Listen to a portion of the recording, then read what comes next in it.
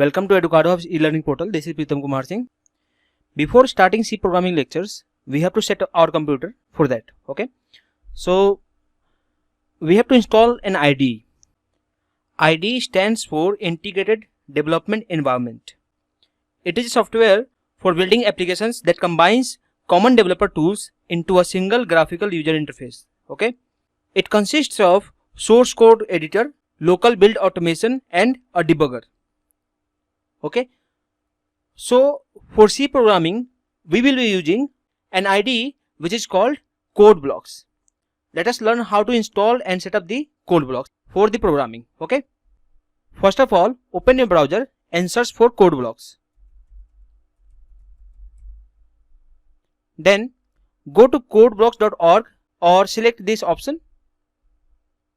Then go to downloads. Then download the binary release.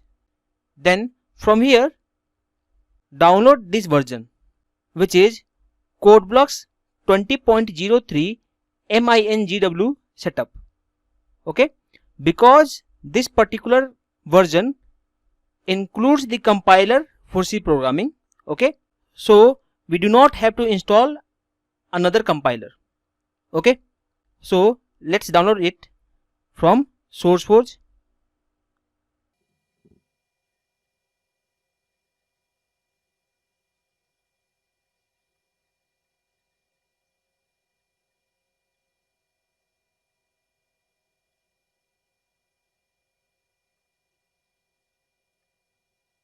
So finally the setup has been downloaded.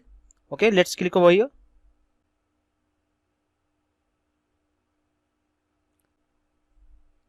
Then select next. Then this is the license agreement file.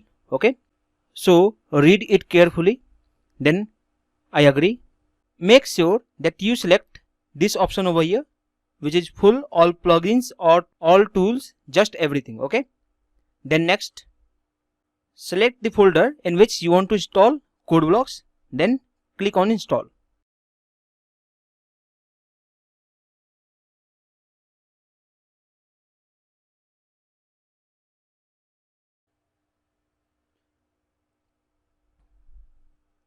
Okay, finally our CodeBlocks has been installed. Okay, then click on no, then next, then click on finish.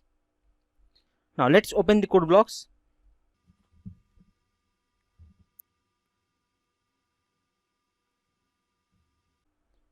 Now if you are encountering this particular error over here, that means the path for compiler has not been selected. Okay, so let's fix this error. Click on yes, then OK. Now to fix that error, go to settings, then compiler, then toolchain executables,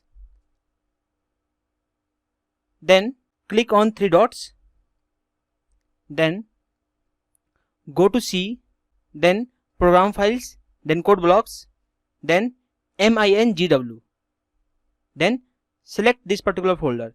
This MINGW is the compiler for C. Okay,